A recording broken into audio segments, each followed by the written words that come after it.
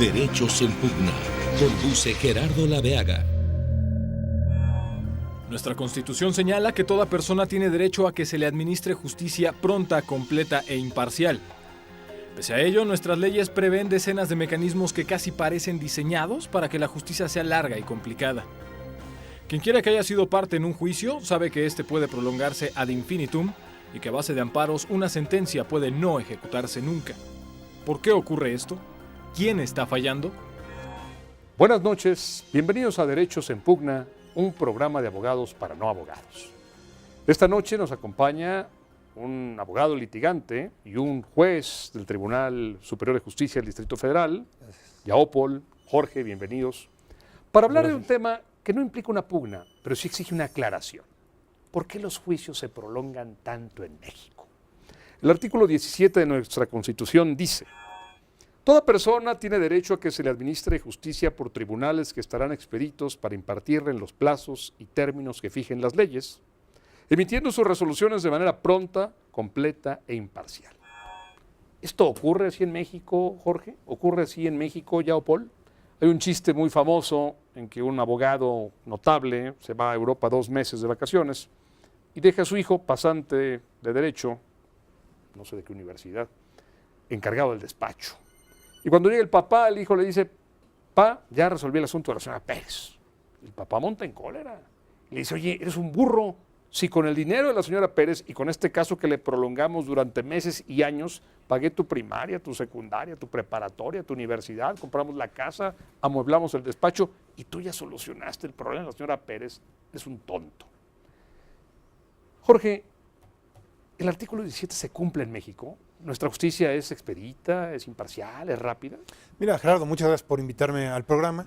Yo creo que el artículo 17 constitucional, como tantos otros de la Constitución, en efecto establecen una simetría que no es completamente clara entre lo que dice la ley por un lado y lo que en realidad ocurre en la vida práctica. Porque el artículo 17 te habla de que la justicia será tan pronta y expedita conforme a los plazos y términos que establezcan las leyes. Y las leyes establecen plazos y términos que permiten que los juicios se tarden mucho más tiempo de lo que eventualmente pudiera ser deseable. ¿Por qué se tardan tanto los juicios? Quizás es un conjunto de factores.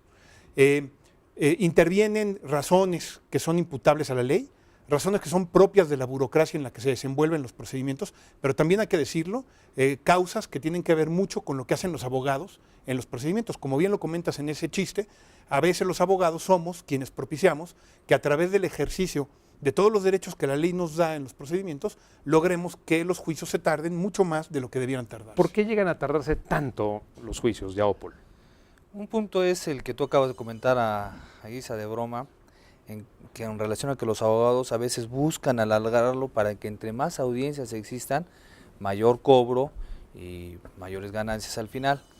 Pero creo que eso está atacando a través de ciertas reformas a la ley con relación a que hay un límite para las audiencias. En un juicio ordinario civil, un juicio común, para que se entienda, solamente puede haber por mucho 2 audiencias y una tercera para caso fortuito o fuerza mayor. Yo creo que lo que retarda el procedimiento en esencia es la carga de trabajo, es el primer punto. Llegan 8 o 9 demandas diarias por juzgado en los 83 juzgados civiles, es una carga enorme de trabajo con el tiempo. Tú dices que hay muchos recursos, tú dices que hay mucho rezago. Hay mucho rezago. Ahora, y además al momento de su ejecución de las sentencias también tardamos mucho para ejecutar Es otro punto que hay que abordar. Hasta 1996 un abogado interponía un recurso y se paraba el procedimiento. Todo se suspendía hasta que se resolviera. Era un juicio dentro del juicio. Empezaba el juicio, había una decisión del juez y se paraba el procedimiento. Se paraba. Y tardaba años. Me decía un notable abogado, que no voy a decir su nombre: no, estoy encantado, este asunto ya lleva 10 años, ya lo prolongué a 12. Sin embargo, y a pesar de todas las reformas que hay, cuando uno piensa en los juicios hipotecarios en Arizona, ¿cuánto tarda un juicio hipotecario en Arizona? ¿3 semanas? 3, 4 semanas. Sí. ¿Cuánto tarda en México? En México aproximadamente al dictar una sentencia, con las reformas que se aplicaron, no pasa de 3 meses. Para dictar 3 sentencia, meses. 3 meses para dictar una sentencia. Un juicio ejecutivo mercantil, que tendría que ser rapidísimo. Leí hace poco un informe que hicieron en el ITAM, 1 año y medio. Un ejecutivo mercantil, 1 año y medio. ¿Por qué? ¿Por el rezago? No, yo podría dudar de ese informe, no creo que tarde tanto, 1 año y medio, no puede ser. 1 año nos tardamos en un juicio ordinario mercantil, ordinario civil. Lo que es el procedimiento de la demanda y la sentencia. ¿Por qué? Porque ahora ya se aplica el principio de oficiosidad. Rápido, uno apunta, el secretario de acuerdos abre el juicio a prueba, hace una certificación cuando termina la etapa de ofrecimiento de pruebas y entonces tiene que ese día pedir el expediente y dictar el auto admisorio. Señala la fecha para audiencia y las que no estén preparadas se declaran desiertas, esto es, ya no se reciben, ya no la parte ya no tiene oportunidad de presentar a su testigo y se cita para sentencia, primero los alegatos. Sea como fuere. Sí. ¿Por qué se prolongan los juicios? Mira, ¿para qué un abogado litigante prolonga tanto un juicio? Pueden ser varios los factores, es decir, no hay una sola razón por la que los juicios tarden más de lo que a veces deberían de tardar, pero también hay que decir que a veces los procedimientos deben tardar lo necesario para que también la justicia sea de calidad, sea expedita y realmente resuelva el problema. En estos casos no siempre la prisa es la mejor consejera. Ahora, en México más o menos el promedio de tiempo de un caso civil está sobre los 2 años, 2 años y medio en todas sus instancias. 2 años es mucho. No necesariamente, habría que ver de qué estamos hablando y no necesariamente tomando en consideración que hace no muchos años la media en la que se tardaba un procedimiento en México eran 5 años y hace todavía unos 15 años era todavía más. Cuando yo empecé a litigar, Gerardo, uno de mis primeros casos me lo encomendó una tía, porque así empieza uno con casos que le pasan a los familiares. Mi tía no había podido sacar un inquilino, llevaba 15 años peleando contra el inquilino, que tenía una renta congelada donde pagaba 85 centavos muy puntuales cada mes y por esa razón llevaba 15 años en un pleito en el que no lo podía lanzar a pesar que el inquilino ya no tenía contrato.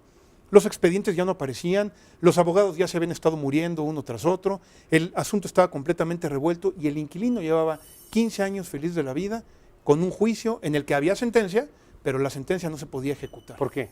Porque existían una serie de protecciones en ese momento en las leyes a favor de los inquilinos con rentas congeladas que evitaban que la ejecución de las sentencias, como dice la Constitución, fueran una realidad. Siguen Si se esas quería ejecutar la protecciones. sentencia, si se quería ejecutar la sentencia y ella demostraba que estaba pagando las mensualidades, no se ejecutaba.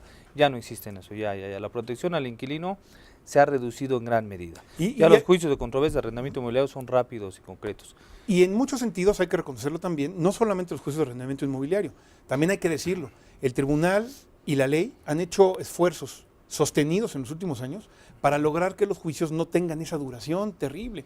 Te pongo otro caso. Hasta hace no mucho tiempo en México, un divorcio, además del desgaste que generaba entre los cónyuges que estaban en pleito, podía tardar años de pleito, entre ellos, con los hijos involucrados, psicólogos, audiencias, ellos dos viéndose y peleándose en tribunales con testigos, involucrando a los familiares. Hoy, un divorcio en México tarda 2 o 3 semanas, por el famoso divorcio express, que ya requiere un procedimiento expedito, y hay que reconocer que ahí la ley y también las prácticas de los tribunales lo han acortado. Entonces, por ejemplo, en un caso de divorcio, en donde el desgaste era abrumador y pasaban años de pleito, hoy tienes un procedimiento que dura, no sé, 4 semanas. Yo te puedo poner un ejemplo de cuáles asuntos ordinarios se alargan. Hipotecarios, ejecutivos, arrendamiento, creo que ya son rápidos. Y quiero que me digas por qué después de un corto al que vamos. Muy bien.